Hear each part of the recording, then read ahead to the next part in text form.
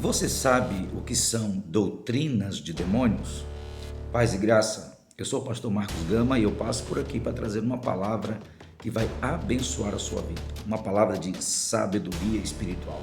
Antes de eu trazer essa palavra, peço os favores que geralmente eu solicito aqui. Se você é novo, se inscreva nesse canal, acione as notificações para sempre estar recebendo materiais parecidos com esse para edificar sua fé.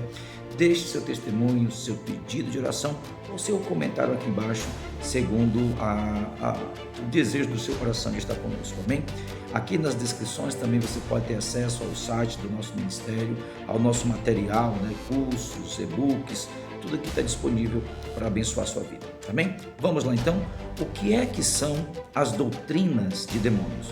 Esse texto, ou essa informação, ou essa expressão, se encontra na primeira carta de Paulo a Timóteo, capítulo de número 4, versículo 1, que diz assim: Ora, o Espírito afirma expressamente que nos últimos tempos alguns apostatarão da fé por obedecerem a espíritos enganadores, e a ensinos de demônios ou doutrinas de demônios.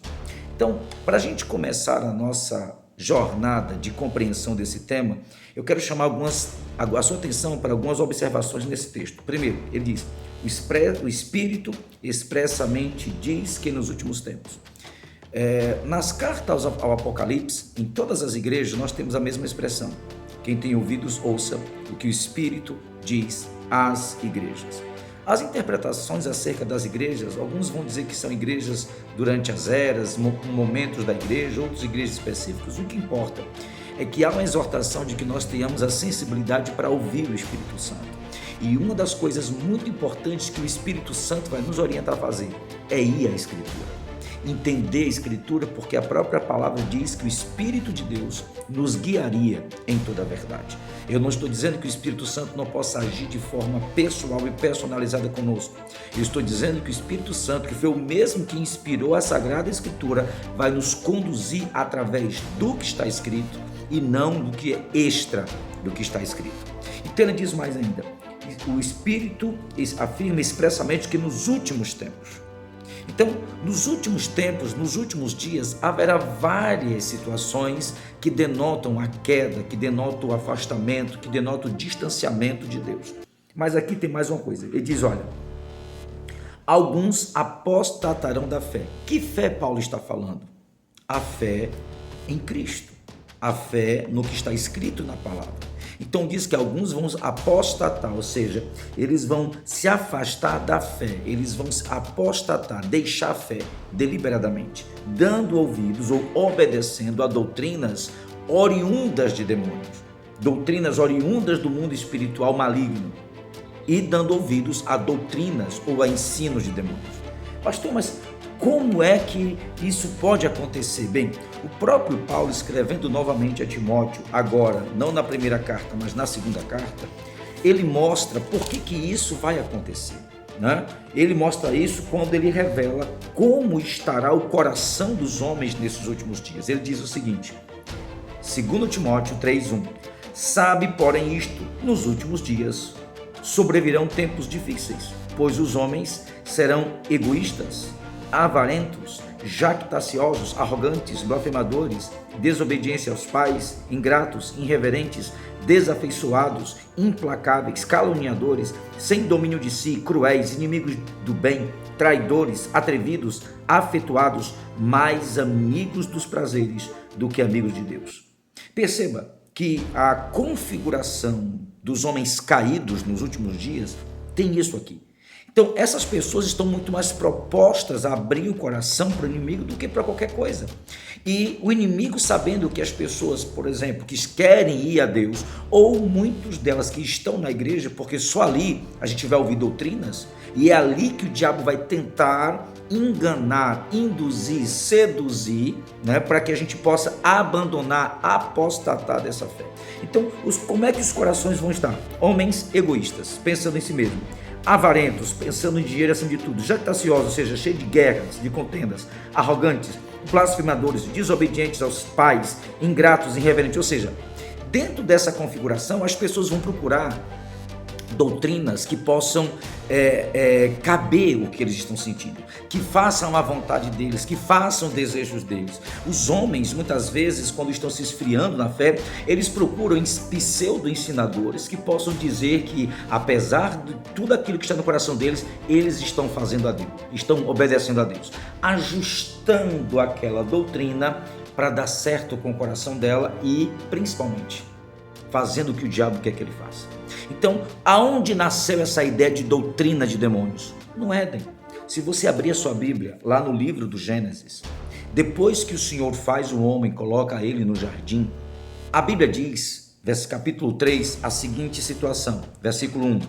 Mas a serpente mais sagaz de todos os animais selváticos que o Senhor Deus tinha feito, disse à mulher. E essa serpente, lá em Apocalipse, vai dizer que é Satanás. Tá? Lá no Novo Testamento, Apocalipse, vai dizer antiga serpente, Satanás. Então aqui é Satanás. E disse a mulher, é assim que Deus disse? Olha a malícia. É assim que Deus disse? Não comerás de toda a árvore do jardim? Respondeu a mulher, do fruto das árvores do jardim podemos comer. Mas do fruto da árvore que está no meio do jardim, disse Deus, dele não comereis, nem tocareis nele para que não morrais. Então perceba. Adão e Eva haviam recebido de Deus um direcionamento do próprio Deus. Comam de tudo, só não comam de uma árvore só, a que está no meio do jardim, porque no dia que vocês comerem, vocês morrem. Mas veja como Satanás chega para poder seduzir para a sua doutrina. Ele diz, olha só, é assim que Deus disse, não comerás da árvore, de toda a árvore do jardim, ou seja, ele pega algo que Deus disse, manipula, colocando ali o erro, parecendo que Deus havia dito aquilo. Entendeu isso? A doutrina de demônio, porque ele pega algo que aparentemente Deus disse e tenta ajustar o seu veneno para que pareça que Deus está dizendo o erro. Mas perceba que Eva sabia a verdade. Eva disse não. Do fruto da árvore que está no meu jardim. Deus disse que podia comer. Só não pode comer nem tocar da árvore que está no meio do jardim para que morrais. Então, olha só, como ele soube que a mulher tinha esse entendimento, ele continua a tentação dizendo, então a serpente disse à mulher, é certo que não morrereis. Passando confiança, ele está induzindo, orientando ela ao erro. É certo que não morrereis, porque Deus sabe, colocando Eva contra Deus agora. Deus sabe que no dia que comerdes, se abrirão os olhos e como Deus sereis conhecedores do bem e do mal. A doutrina de demônio, primeiro, a doutrina dos demônios, ela tenta se enquadrar, se infiltrar dentro da doutrina de Deus, parecendo que é Deus que está ali falando, mas cheia de veneno. É o famoso, coloca no pão, fermento, bem delicado, parecendo estar ali dentro da estrutura. Então é Deus que está falando. Isso é doutrina de demônios. É a doutrina que faz você se afastar do que está escrito e tentar satisfazer suas vontades pessoais. Que é isso, pastor? Onde está a vontade pessoal aí? Está aqui, ó. Vendo, versículo 6, vendo a mulher que a árvore era boa para se comer. Olha, desejo, agradável aos olhos, e a árvore desejável para dar entendimento, comeu. Perceba que a mulher estava sendo motivada, os desejos delas foram motivados, e aquilo que Deus disse que era bom, aquilo que Deus disse que era ruim, agora a serpente conseguiu fazer com que ela olhasse para a mesma coisa, e vendo agora que era bom. Perceba o cuidado que nós temos que ter com isso. Ele pega algo que aparentemente Deus disse, tenta colocar o veneno naquilo para induzir você a satisfazer os seus desejos pessoais e, por último, fazer a vontade dele, que é afastar você de Deus. Então, essa aqui é o mecanismo usado pelo inferno para nos afastar de Deus, como conseguiu afastar com Eva. Agora perceba, o capítulo 4 de Mateus vai falar da tentação de Jesus.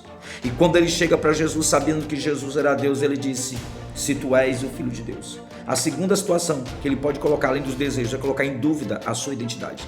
Se tu és o Filho de Deus, transforma essas pedras em pães. Então, ele foi logo na necessidade, porque Jesus estava com fome.